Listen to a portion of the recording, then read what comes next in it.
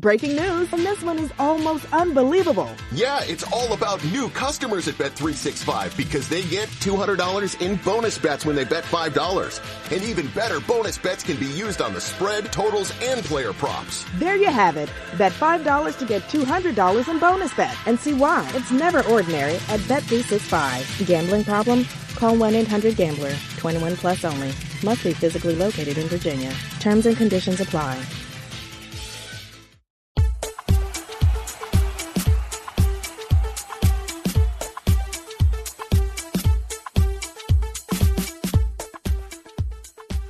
Hello there and welcome to 1865, the Nottingham Forest podcast. It is Friday the 20th of September 2024. My name is Rich Ferraro and this is the Friday 5, our weekly roundup of goings-on at the City Ground.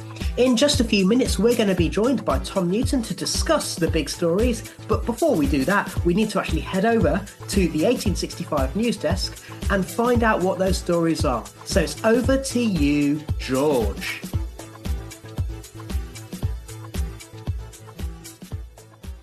Hi, this is George at the 1865 news desk this week with the top stories from the City Ground. And there's only one place to start, isn't there? It's not the City Ground, it's Anfield, with Forest's first away win at Liverpool since 1969. A tactical masterclass from Nuno, combined with excellent performances from all 16 players, saw the Reds repel a moaning Arne Slot's team. It was a superb defensive display in the first half, an excellent counter-attack in the second half, finished off in true trademark Callum Hudson-Odoi style. Nuno and the players acknowledged afterwards how important this is for fans and staff at the club, and the away dressing room was party central after the final whistle. Next, in this week's news, Forest women's national team remain unbeaten at the top of the National League North, although their 100% record fell last weekend as they drew at home to Burnley.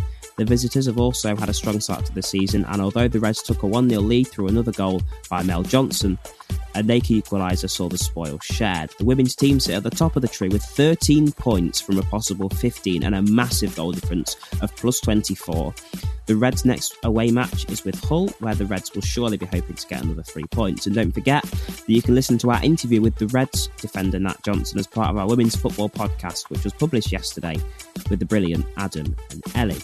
Our third story concerns Forest engagement with the community following the vandalism suffered by Pelican Colts. The club owner Evangelos Marinakis has donated £8,000 to help the clean-up and restoration efforts of the club's facilities. The Colts Groundley Pavilion on Lenton Lane was severely damaged and a fundraising effort received £8,000 in donations.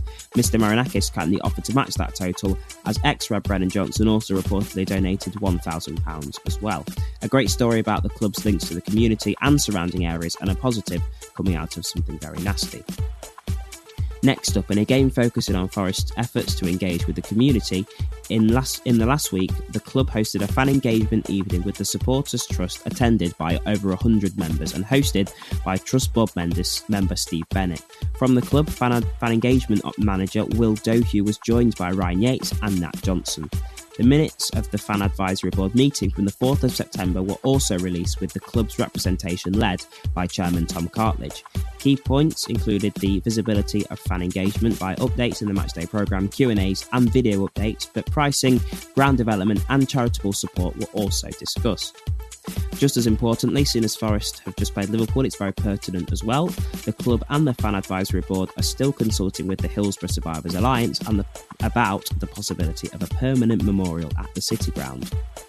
Finally, on the subject of ground development, Tom Cartledge has also reported that Forest have an agreement in principle to purchase the freehold of the stadium and some of the surrounding properties, with the overall plan still to develop the Peter Taylor stand, with a goal to create the City Ground capacity of over 42,000.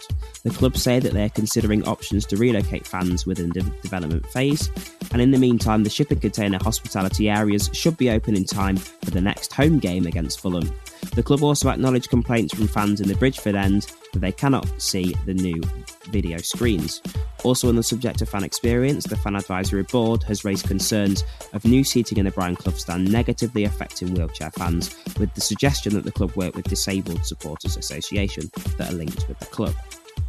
That's it for now. Forest's next game is away at Brighton, which I'll be at, and I'll be reporting back from there as well. But until then, it's back to you, Rich. I've been George Edwards at the 1865 News Desk.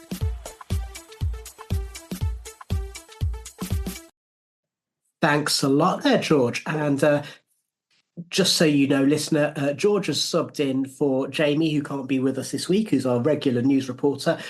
Poor George has been suffering with COVID, so thank you very much for getting off your sick bed in order to do the bulletin. Tom, I mean, the Liverpool match it felt like a big moment. And I have to say, at the time when I was watching it, I wasn't there, but you were. But I was watching it, and I was quite calm, and I was kind of like, yes, we've done this. And it kind of sunk in a little bit afterwards. It's like, this is something we haven't seen in our lifetime. So just you go with your family, don't you? So share what the experience is like. And if I remember rightly, your dad is one of the people you go with, isn't he? He is, and it was one of those.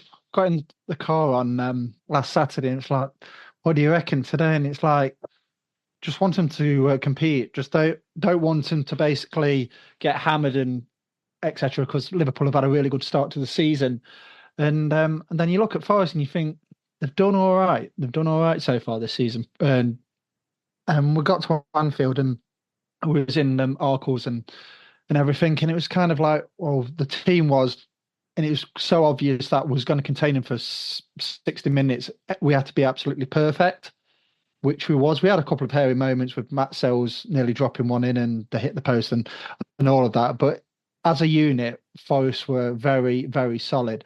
And there's not many players in the last few years whilst Mo Salah's been at Liverpool that he's been pocketed by his opponent. Alex Marino was unbelievable, but he was just one of all of them who was brilliant last Saturday. Mo Salah just didn't get any change out of him whatsoever. Olaina on the other side contained Luis Diaz, and man for man, Forest absolutely brilliant. And Alan Shearer said, didn't he, post match when he was doing the analyst for Match of the Day, this was no fluke. And it's like when you play these games, it's kind of like, let's get to the first 20 minutes. We did that. We got to half time, and it's like we could do something. I think everybody were like, let's get a point here because we've done really, really well.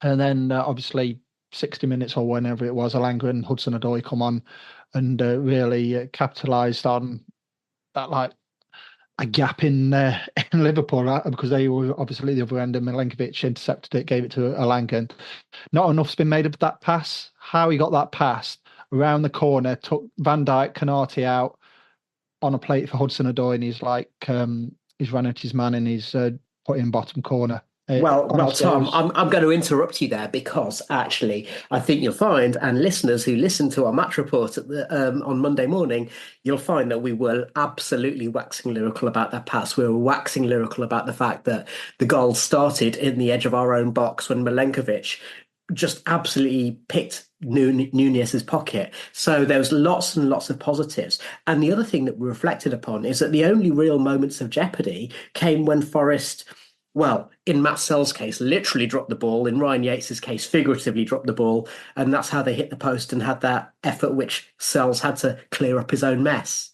Yeah, and earlier in the day, last Saturday, somebody says, Palace won here 1-0. And you like kind of think, like there's certain bits in the day when you go away from home and it's like, could we do something like that? And as the game went on and then we got the goal and everything, and they just like huffed and puffed, and we was brilliant. And Milenkovic, what a find he is. What was it, 12 million quid from Fiorentina? He seems to be an absolute bargain. And when you think about it as well, so 12 million quid is a bargain in terms of transfer fee for a player who's coming into his prime. He's just been named as the captain of his country. And also, even though apparently the reason that Fiorentina were willing to let him go at slightly lower price was because of wages, apparently his wages are more or less the same as we were paying Divock Origi last season. And that puts things into perspective, doesn't it? It does, but the difference is the quality with Divock Origi and Milenkovic. Like I said, Milenkovic, he will be one stealing a living and the other's living for stealing. Yeah, exactly. Yeah, but so... Milenkovic has been brilliant so far this season, and hopefully it will continue on Sunday against Brighton, and then obviously the rest of the season. The other thing that we mentioned in our match report, you're absolutely right. All 15 outfield players put in superb performances. But the other thing that we mentioned is that mention of the fullbacks that you also thought it was worth kind of emphasizing a little bit ago. And we've got a bit of breaking news, which is that while we've been on air, it's been there's rumours going around that Ola Aina has been offered a new contract, even though he only signed a contract extension in the summer. So he was going year to year, and it seems as though the club want to tie him down. And I have to say, I think he is one of the finest fullbacks, and certainly one of my favourite fullbacks that I've seen at the City Ground for many years. Obviously, fullback is an emotive position for Forest fans, but this guy, he just oozes class and composure, doesn't he? He does, and he can do it on the left-hand side and he can do it on the right-hand side. And when you look at his videos, he's just an all-round decent guy. And he's just one of those, what you want in the dressing room. He seems like fun and everything, and it seems to be a great laugh. Him and Alanga and Hudson-Odoi and everything, they're just like great banter between the three of them and the rest of the squad. And yeah, he's a very likeable player, and with his performances since we signed him, started last season, I don't think he's really had a bad performance apart from that Fulham game, but everybody had a bad performance last year. But also everyone's allowed a stinker, and it's not even about how when you play badly, it's about how you come back from it. And we've seen players who've really kind of gone and put themselves under the cosh after bad performances. We've also seen players who make the same mistakes over and over again, and Aina's just proven what a high. He's consistently good, and he's consistently high level of performance. So yeah, if he does stay at the club for a bit longer, then I, for one, will be a happy man. Now it's time to move on to the next story. The men's team aren't the only unbeaten team that we have at the City Ground, and the women's team are unbeaten at the top of National League North, although their 100% record did fall at the weekend. And as George mentioned, we have in our podcast feed an interview with Reds defender Nat Johnson, who herself has been getting into the goals, and that's part of our women's football show. So we are really proud to be the home of women's football for Forest fans.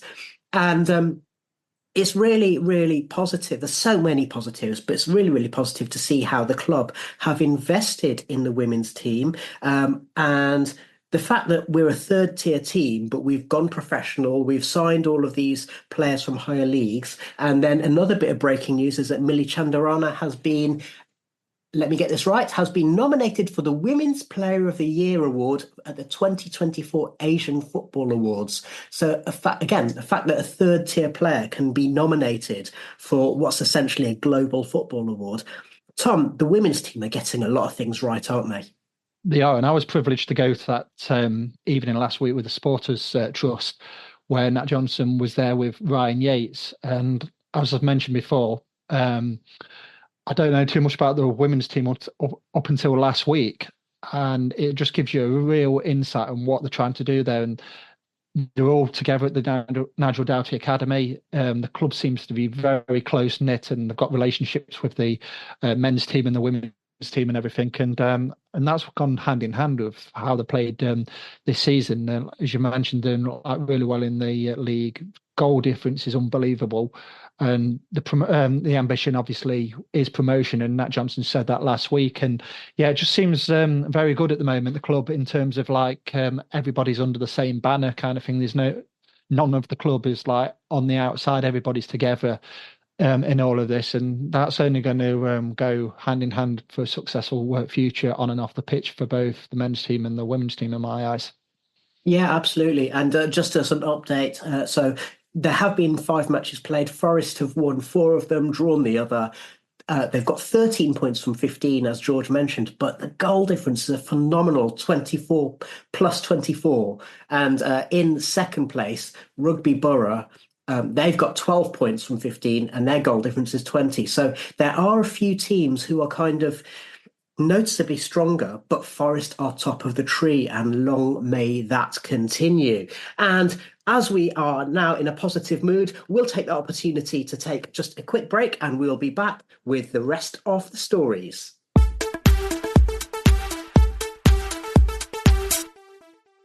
Do Do you know what it takes to be iconic? You are iconic. I am iconic. I love Iconic Agua. I drink Iconic Agua every day. Join the movement. Hydrate with Iconic Agua. Find Iconic Agua in all Kroger and Ralph stores across America. Because when you're thirsty, there's only one way to hydrate. And that's with the world's best tasting spring water on earth. Hydrate responsibly. Iconic Agua, where hydration meets greatness.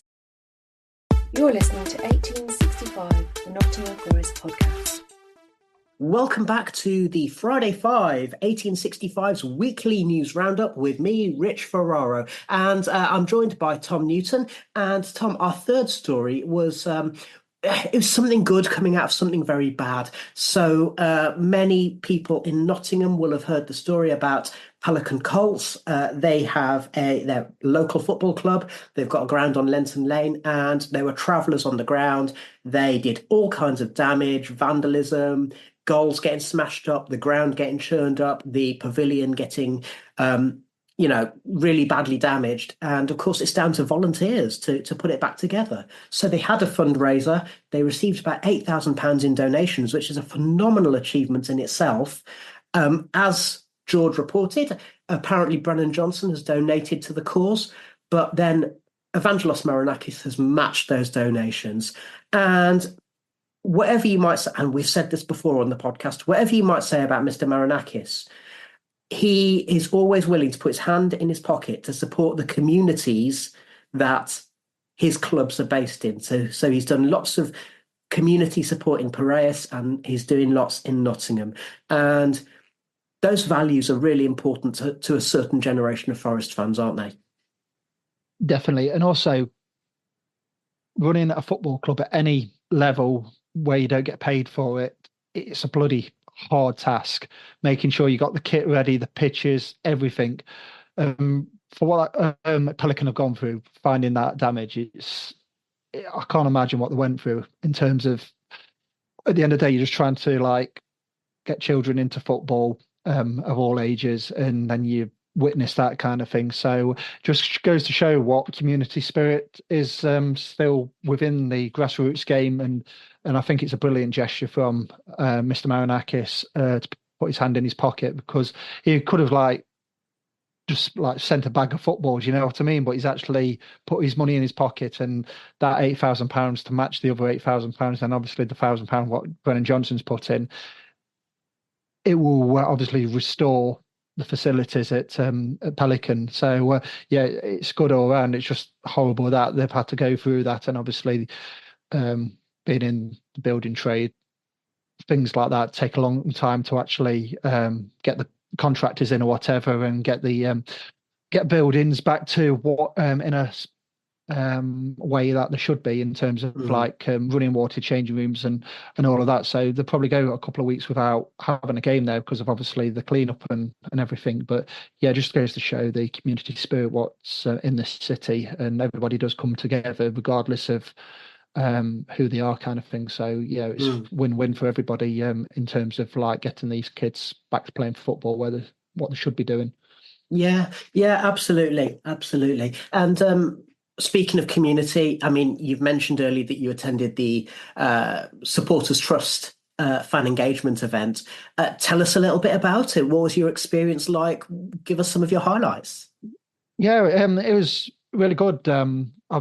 As people know, I was one of the guys who set up the Supporters Trust back in 2015 now, and we did it on the because of what was happening to the club. You could see it from a mile off that a certain Mr. Al-Hassar was asset stripping the club. You could see it from a mile off, and the fans are the bedrock of this football club. So obviously got people in, and everybody had the same ideas of that. We've got to save this football club, and thankfully he fell on his sword, and Mr. Marinakis has come in, bought the club, and it's gone strength to strength. So with the Supporters Trust doing these fan engagement things, it's really good, showing fans in the street what's happening behind the scenes, because not necessarily you see everything. So Ryan Yates was there, and Nat Johnson from the women's team, and they were telling us how the club is behind the scenes of like building the club up in terms of making it better each day. And then obviously Will DeHood, who's the fan engagement officer at Forest, he was telling us about the initiative what are in the pipeline. There's some things what I can't say yet because obviously they're not been officially released, but we've got people at this football club who care. And at the end of the day, that's all we want. We want somebody who's willing to put the money into the pocket and obviously improve this football club because, as we know, it's a great football club. Obviously, it has its flaws sometimes, but it's nice to actually see what's happening behind the scenes. And we're in very good hands. So yeah, it was a really decent night in terms of finding out what's happening behind the scenes and what's going to be happening in the future. And the other event that took place was the Fan Advisory Board meeting, and obviously, I think there's certain fan groups that sometimes get a little bit maligned, but things like the Fan Advisory Board and the Supporters Trust Engagement event, they show that actually, in the first instance, it's a nice gesture from the club to acknowledge the fact that these fan groups exist. But the Fan Advisory Board does feel like a really important step because these are minuted meetings. The minutes are made public, and as we heard earlier, there's lots and lots that was covered in that meeting, including, crucially, for example, one of those issues. There's a member of the Fan Advisory Board who's representing disabled fans, and by adding the extra row of seats in the Brian Clough stand, it's made the experience of wheelchair users much less positive. So to hear those voices and get that on the record is really important. And also, crucially, Tom Cartledge, we know that he's a Forest fan, and so he's willing to speak to the fans. And I guess you're not going to change things overnight, but these are crucial steps, I think.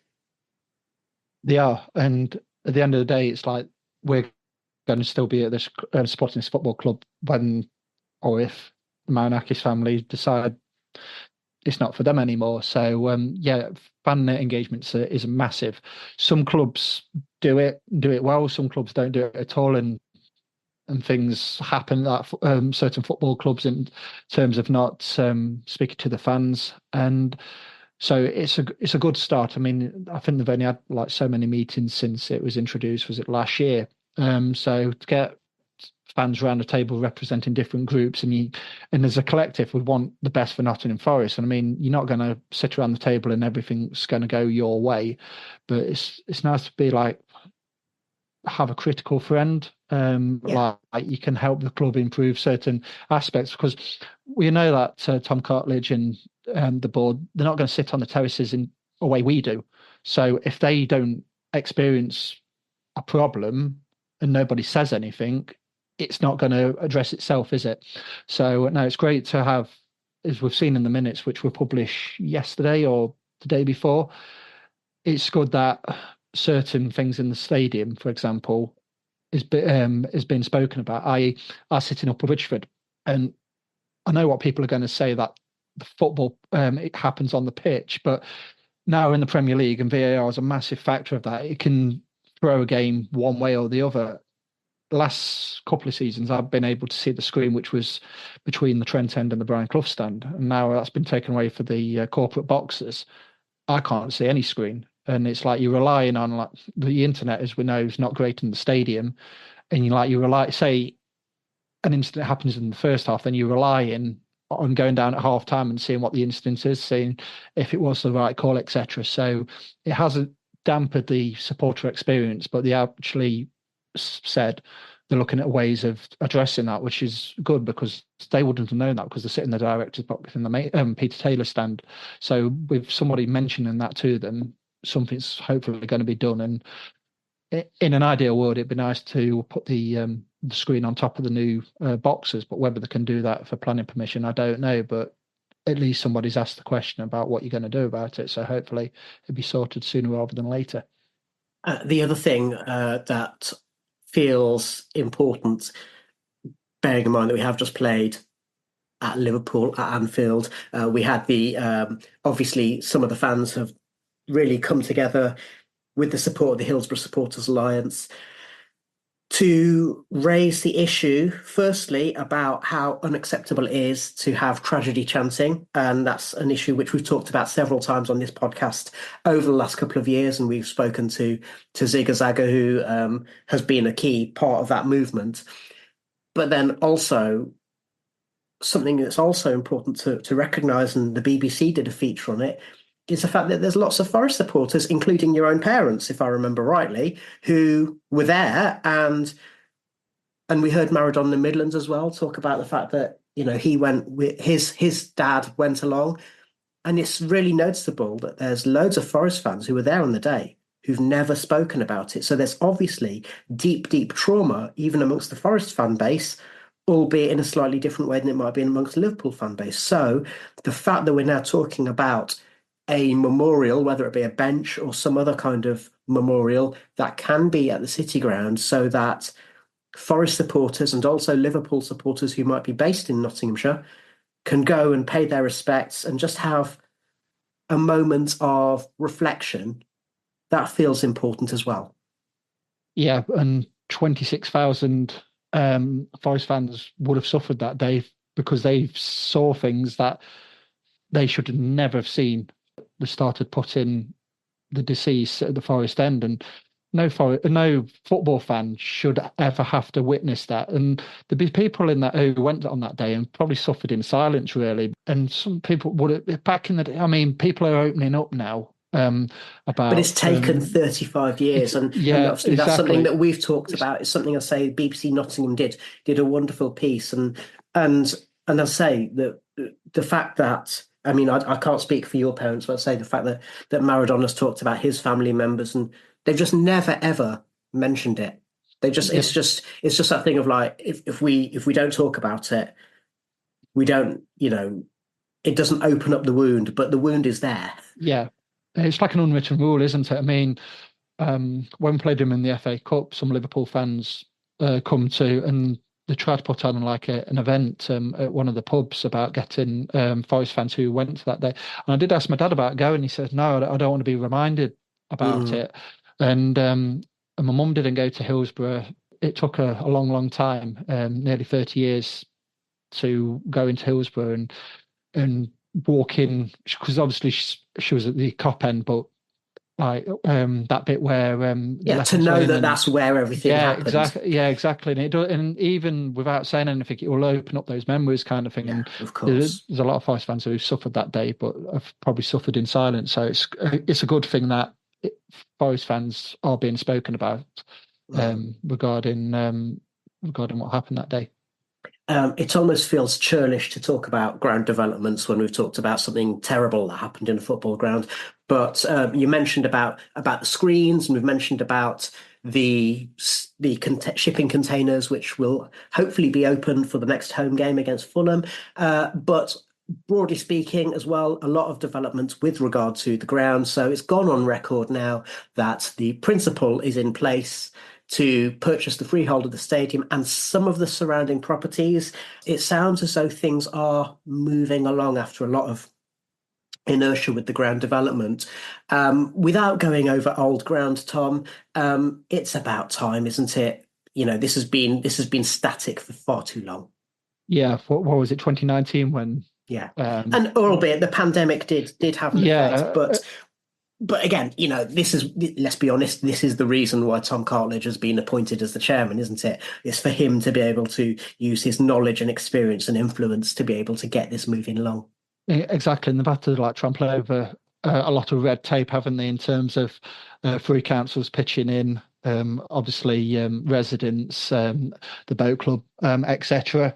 So hopefully it won't be too long before the bulldozers come in and knock the Peter Taylor stand down, which obviously it should have gone 30 years ago, really, shouldn't it, when it was building the rest of the ground. But it's astonishing when you think about it that the newest parts of the ground are now over 30 years old. And that's just ancient in football stadium terms, isn't it?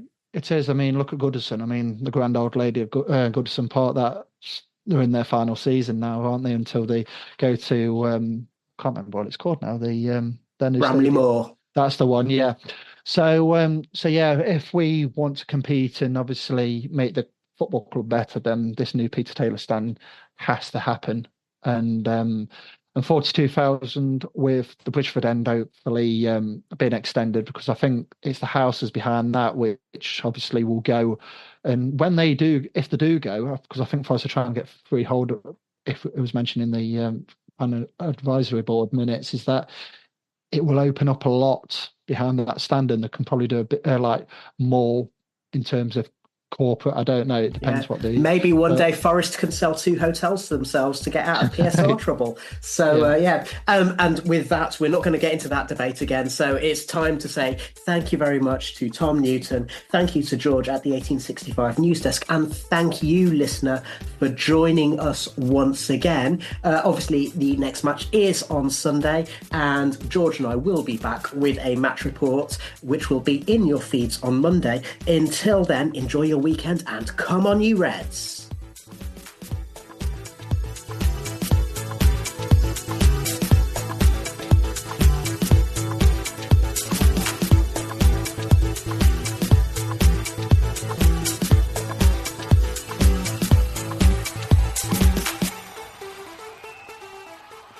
Rest in peace, Sir Brian.